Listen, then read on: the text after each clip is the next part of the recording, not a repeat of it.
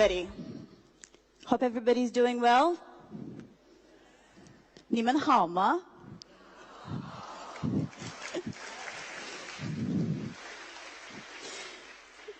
Lately, I found myself a lot more comfortable expressing my thoughts in Chinese, so please excuse me if my line of thought isn't as well organized when I'm speaking in English.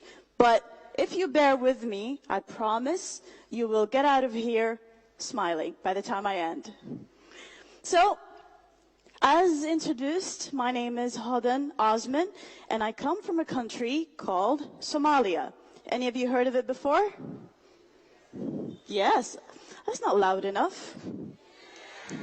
Thank you. What do you know about Somalia? That's what I want to know. It's okay. I won't mind. Shout. What do you know about Somalia? 海盗. It's okay. You can say it. Number 1, 海盗. Number 2? Sorry? Very good. Okay, that's a lot of very good information. There's one thing you don't know about Somalia. Somalia is the land with the most beautiful women in East Africa. Agree?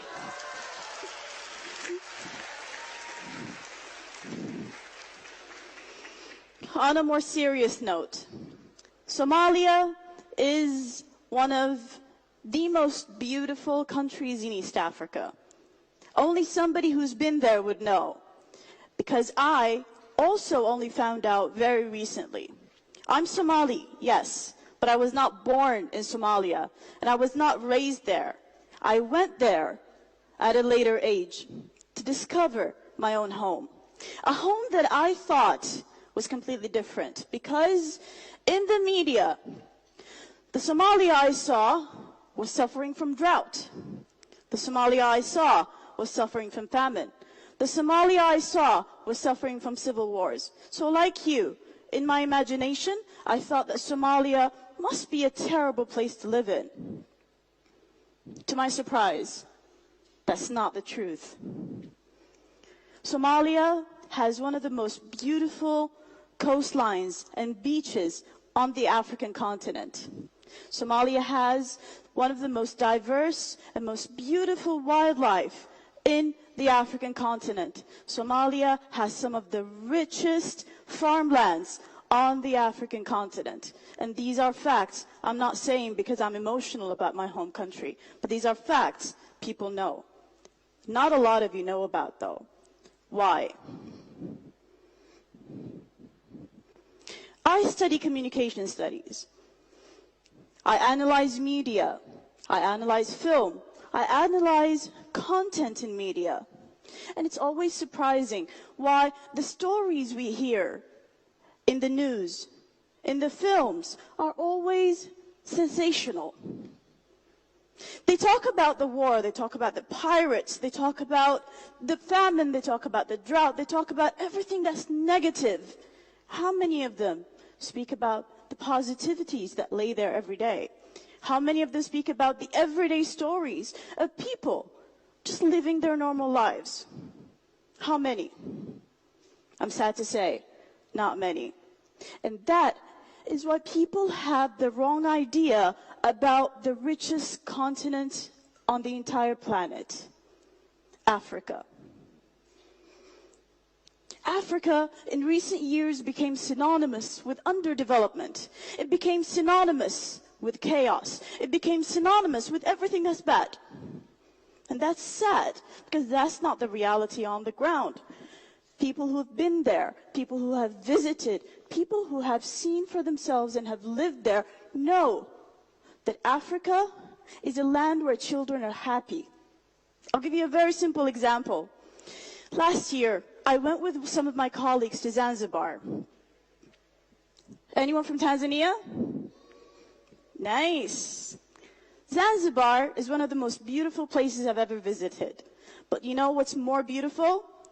The children everywhere are just laughing and smiling and running around. My Chinese friends were surprised, and they just stopped and said, "Eh, 非洲的小孩很开心哎."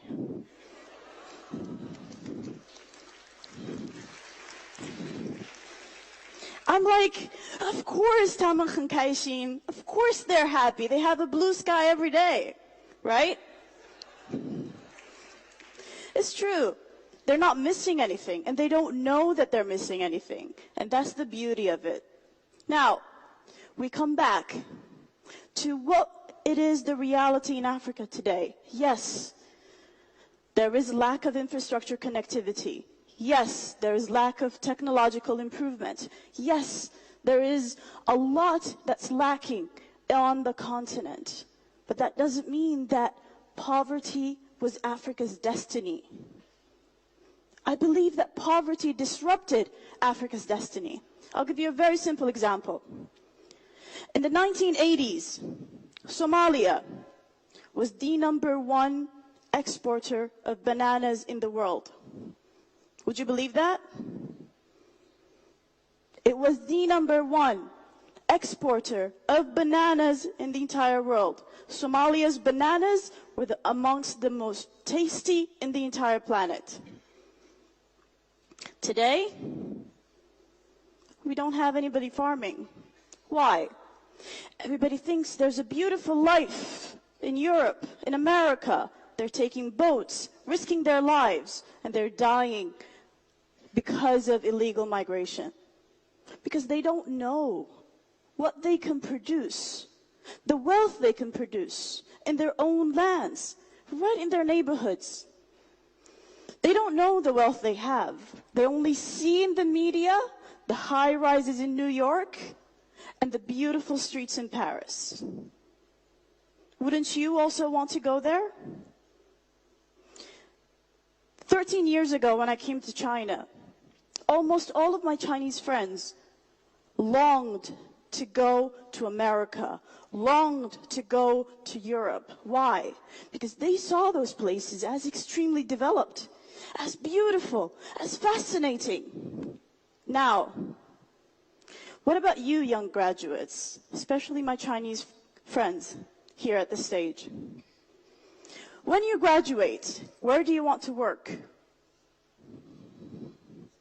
Beijing, Shanghai, Shenzhen, right? Am I right to assume that? Yes. Why? Because in 13 years, Beijing, Shanghai, Shenzhen became a lot more beautiful than some of the leading capitals in the world today. Last year, I visited Los Angeles, New York, Washington, London. And guess what? When I sat in the subways in these cities, I kind of felt a lot more comfortable in the subways in Shanghai.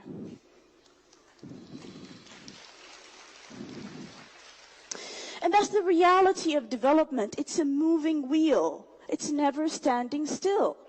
It's always moving. So however you see Africa today, trust me, in 10 years' time, it will be completely different.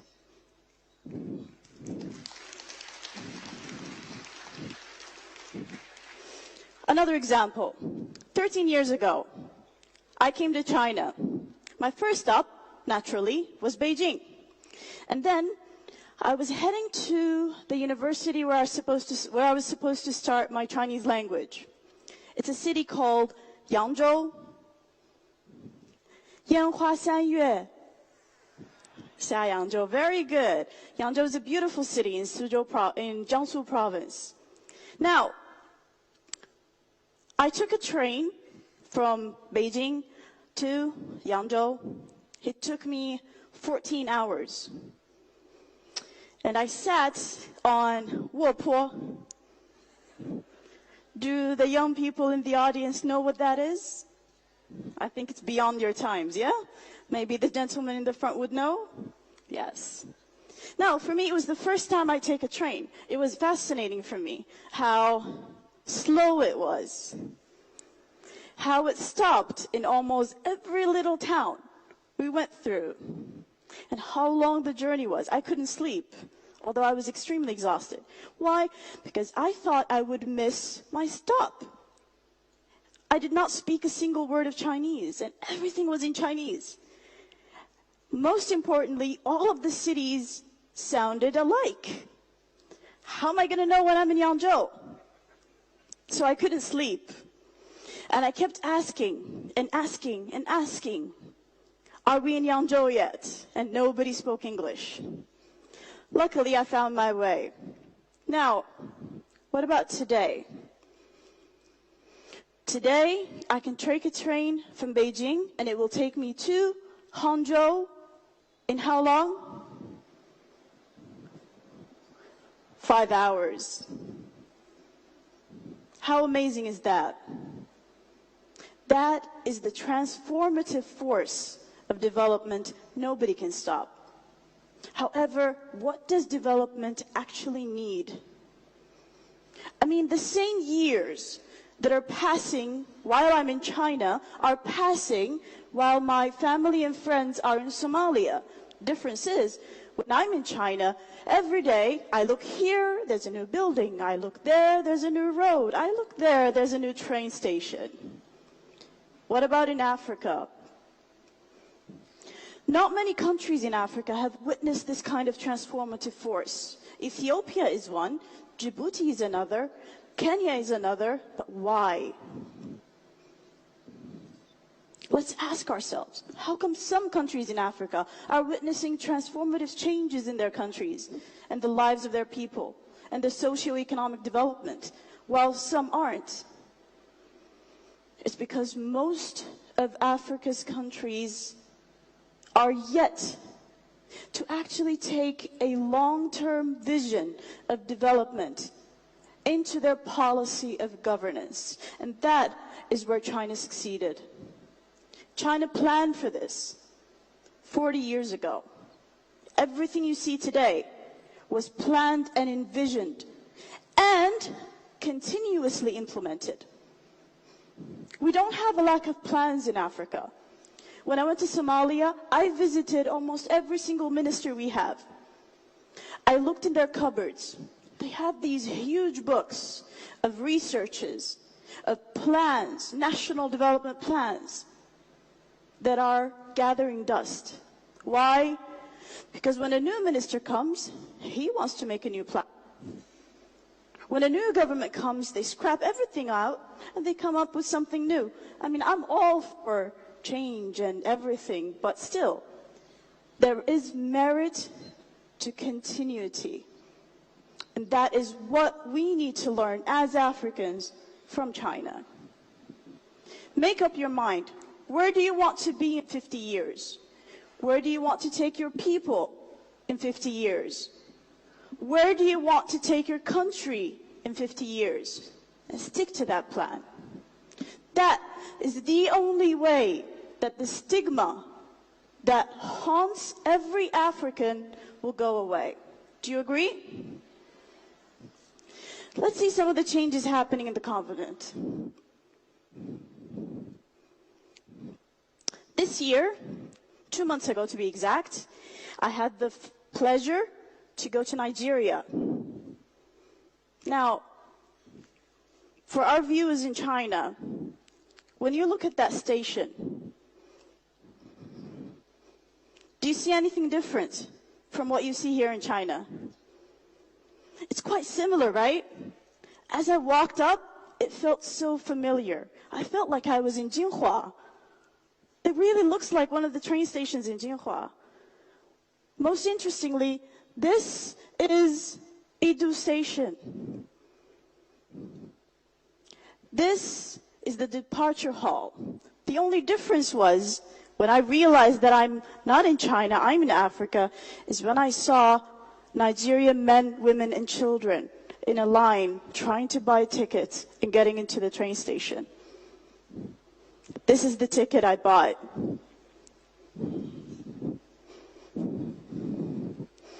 And this is the train track that I was about to travel on.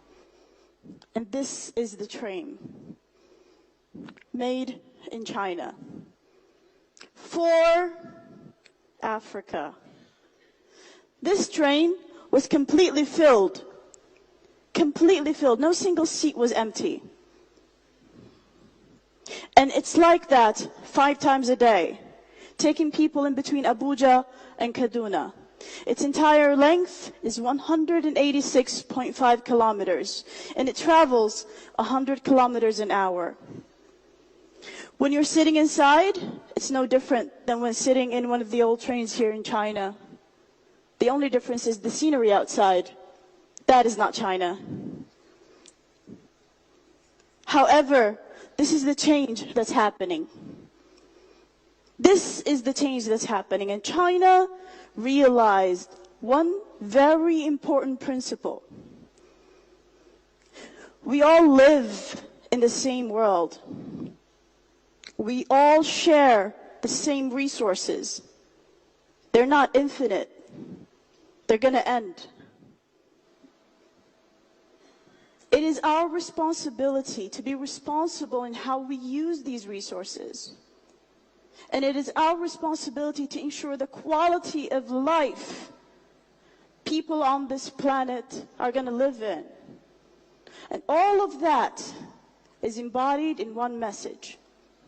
Something that's called 人类命运共同体. Building a community with a shared future. What does that mean? It means that my happiness is connected to yours. My prosperity is connected to yours. My life is connected to yours. Because if today I use up all of your resources just to make my own little life better for 50 years, what are my children going to live on after that? Because I've depleted your resources. I haven't created development in your side. So that's how we are interconnected. And that's how we are interdependent on each other. And this is what China realized. I was very fortunate and honored to be a part of this year's POCAC Summit. During the roundtable sessions, leaders from 53 countries spoke their mind about how they viewed their relations with China, how they viewed China-Africa relations, and how they viewed the notion of building a community with a shared future between China and Africa. And it was a unanimous thought that our fates are interdependent, that they all agree if we don't move together, we will go nowhere.